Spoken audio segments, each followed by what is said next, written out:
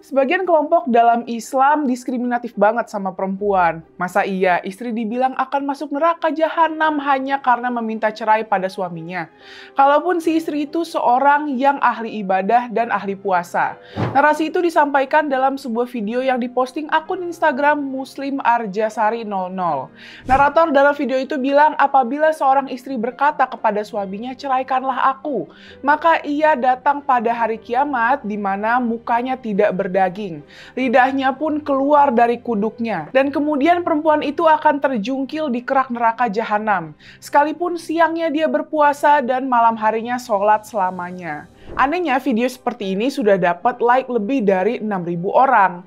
Walaupun kalau dilihat di kolom komentar, justru banyak yang kontra terhadap pernyataan itu.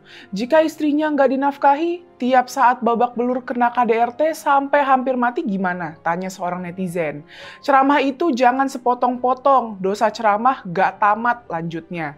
Jika suami udah KDRT, udah nikah siri sama wanita lain, apa salah kita minta cerai? Tanya netizen lain. Jika suami galak, judes dan gak beri nafkah gimana Ustadz? Tanya yang lain lagi. Seolah-olah seorang istri gak ada harganya. Ibu rumah tangga yang baik gak akan minta cerai kalau suaminya baik, ucap yang lain lagi. Konten-konten seperti ini merusak citra Islam banget. Islam jadi terkesan sangat diskriminatif banget sama perempuan. Padahal kalau dilihat-lihat sejarah, Islam justru mengangkat martabat perempuan.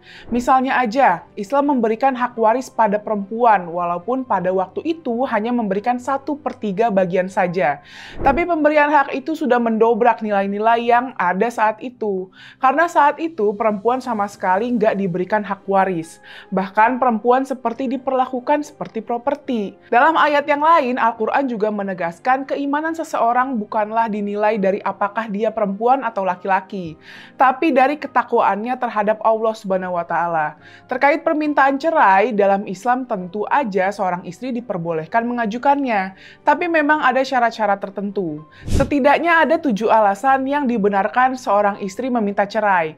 Pertama, suami tidak mampu menafkahi. Kedua, suami berakhlak buruk. Ini terjadi jika suami sering melakukan perbuatan tercela. Ketiga, suami kerap melakukan kekerasan fisik maupun psikologi. Keempat, suami tidak sanggup menahan syahwat. Maksudnya suami tidak mampu memenuhi kewajiban seksualnya. Kelima, suami menghilang tanpa ada kabar selama waktu tertentu. Keenam, suami memiliki cacat yang merusak tujuan pernikahan. Dan ketujuh, karena istri tidak sanggup bertahan dalam pernikahan karena alasan-alasan lain yang sah secara syariat. Zaman telah berubah dan perubahan itu diikuti juga dengan perubahan nilai-nilainya, termasuk dalam interaksi laki-laki dan perempuan.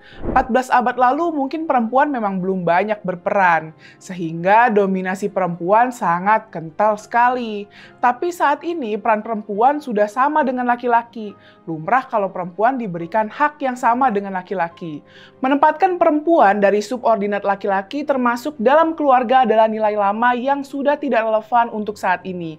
Saatnya untuk berani kita tinggalkan. Yuk beragama dengan akal sehat,